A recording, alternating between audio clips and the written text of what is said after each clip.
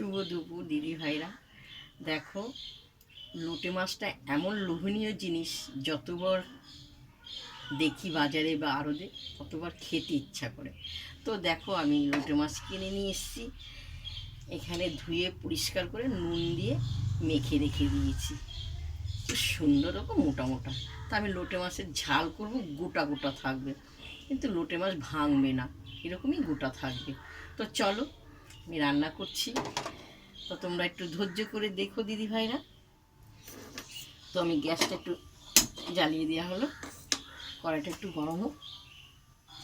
তো আমার কড়াইটা গরম হয়েছে, একটু তেল দেবো।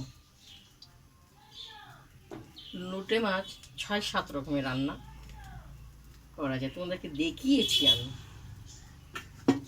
তো আমার তেলটা গরম হয়ে গেছে, জিরে ফোড়ন দেওয়া হলো। তো এখানে পেঁয়াজ, রসুন, আদা তেলে দেওয়া হবে। বেশি করে করলাম, তো মাখা মাখা হবে, ভালো লাগবে খেতে। তো এখানে লঙ্কা আর গোলমরিচ আছে, একটু ঝাল দেওয়া হবে। তো একটু হলুদ দেবো,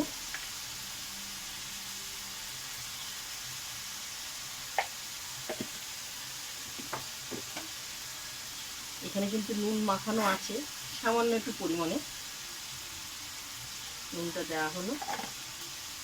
মাছে নুনটা, টমেটো দিয়ে ভালো করে এটা নেড়ে চেড়ে কষানো হবে, খুব কষানো হবে।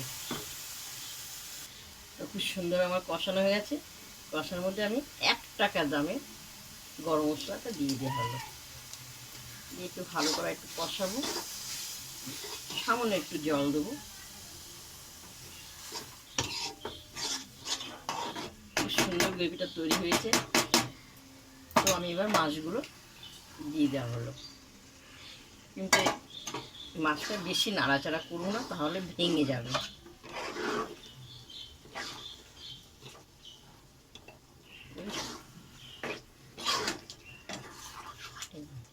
এইভাবে থাকবে, আর বেশি আমি নাড়াবো না। এরপর আমি ঢেকে দেবো।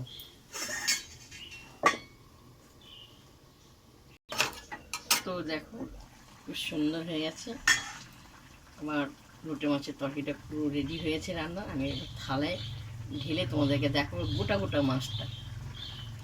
তো দেখো, খুব সুন্দর গোটা গোটা, একটাও মাছ ভাঙিনি, তোমাদেরকে আমি দেখাচ্ছি। এই দেখো,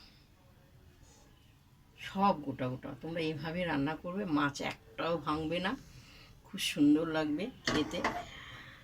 তো তোমাদের এই রান্নার রেসিপিটা কারা কারা এইভাবে রান্না করে খাও, এবার লিখে পাঠাবে গোটা গোটা। আর রান্নার রেসিপিটা যদি ভালো লাগে, দিদিকে লাইক দিয়ে শেয়ার করো, কমেন্ট করে থাকো। কিন্তু এই মাছ আবার ভেঙে চুরে ঝুড়ি ভাজা মতনও করা যায়, বিভিন্ন রকমের লোটে মাছ করা যায়। তো এটা হলো শুভ দুপুর, খুবই গরম, খেয়ে তোমাদেরকে দেখাতে পারবো না, কারণ আমার জিভটা পুড়ে যাবে। তাই ঠান্ডা হবে, দুপুরে খাবো বসে।